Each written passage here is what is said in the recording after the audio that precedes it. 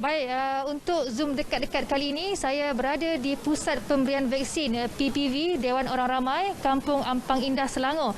Dan sebanyak 500 hingga 700 dos vaksin sehari telah diberikan kepada orang ramai di PPV ini.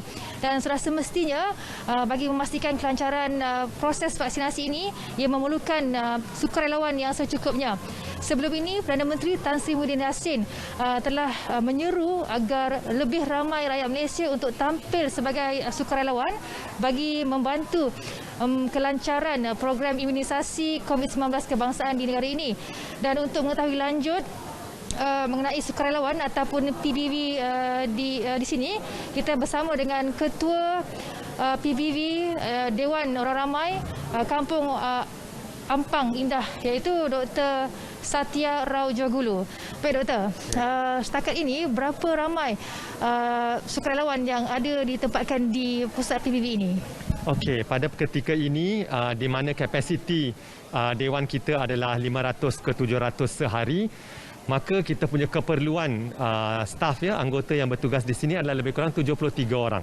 Pada ketika ini, we have daripada 9 agensi dan mereka adalah daripada agensi-agensi seperti Kementerian Kesihatan Malaysia, PDRM, APM, RELA, Kementerian Belia dan Sukan dan lain-lain agensi. So, 73 as a total. Okay. Adakah jumlah itu setakat ini mencukupi, Doktor? Ya, buat masa sekarang untuk kapasiti sedia ada memang mencukupi, dan seperti kita sedia maklum, memang kita ingin meningkatkan kapasiti Dewan kita dengan adanya beberapa rintangan yang telah kita melalui sebelum ini. So, maka kita boleh meningkatkan kapasiti dan saya rasa mungkin ada space untuk lebih sukarelawan nanti. Tapi buat masa sekarang, kita memang mencukupi. Okey, Doktor, ramai orang yang nak tahu sebenarnya apa kriteria yang membolehkan orang ramai untuk menjadi sukarelawan sebenarnya?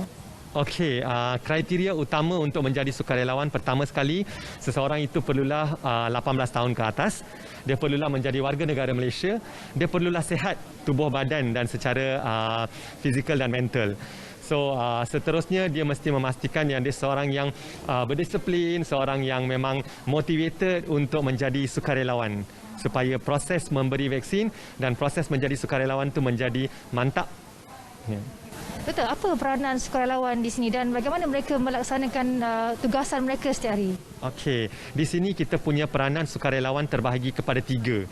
Satu adalah peranan di mana dia akan membawa warga-warga emas kita yang tidak tahu bagaimana nak pergi seperti usher.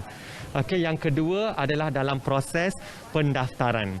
So, dalam proses pendaftaran kita terbahagi kepada 2, iaitu dalam proses saringan nama dan dalam proses mendaftar dalam sistem MyWac.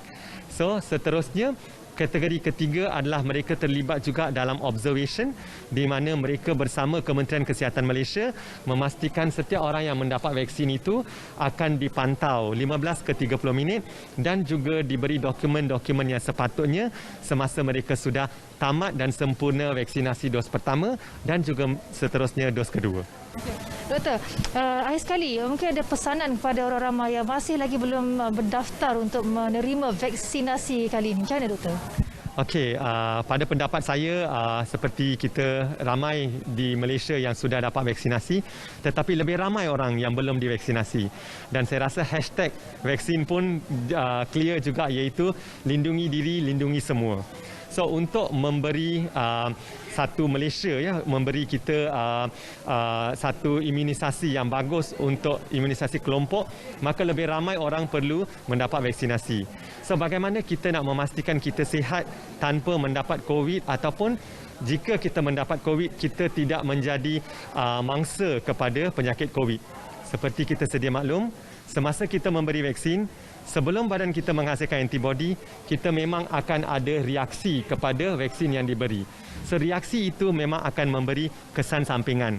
Ada beberapa orang kesan sampingan ringan, ada segelintir orang akan ada kesan sampingan yang serius. Tetapi dengan adanya proses pemantauan, kesan sampingan serius itu boleh dirawat dengan betul.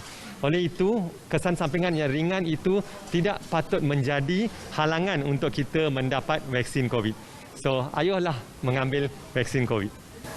Baik, terima kasih Doktor. Dan bersama itulah dia apa yang dikatakan Doktor, sebenarnya memang membantu kita rakyat Malaysia. Dan diharapkan orang ramai kita lindungi diri, lindungi semua, dan mana bersama kita hentikan wabak COVID-19 ini.